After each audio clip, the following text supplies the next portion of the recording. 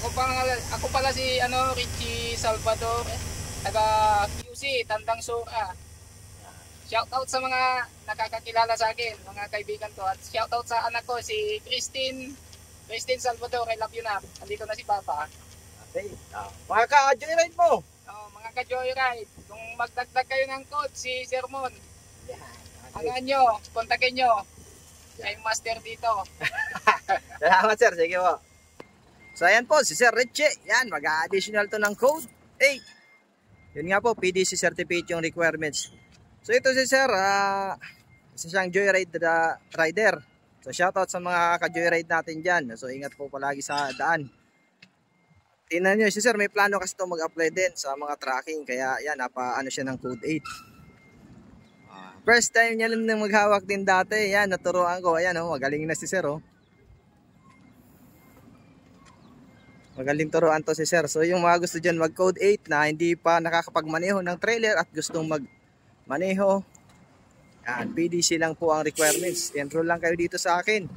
Search nyo lang yung Facebook page ko, PDC by Sermon. Yan, kita nyo sila Sir. Ito 20 footer ko mga Sir. Ibig sabihin napakasipot. So, masarap aralin. Bakit? So dahil maiksi. So doon yung mas mahirap, mas maganda. Sobrang init dito sa amin mga Sir.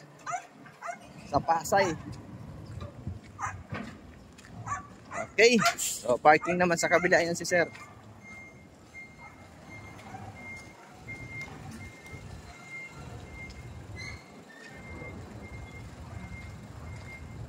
So yung mga gusto mag code 8, dapat may 1, 2, 3 po kayong lisensya.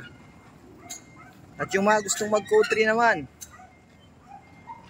yan, dapat may code 2 kayo. At least 4 years po na professional. Ano, sabi ng takbuhan ni Sir, ha?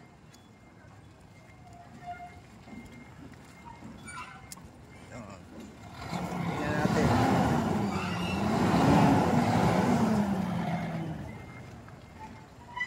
Ayos. Up. Break. Yan, okay. Okay yan. Yan. Abante mo ulit doon. Okay, yan po yung mga gusto mag-additional code 3 at code 8 PM lang po. Maraming salamat po. And shout out pala kay Sir Rodel Grate. Yan, nalimutan ko si Nonoy. Salamat po. God bless po.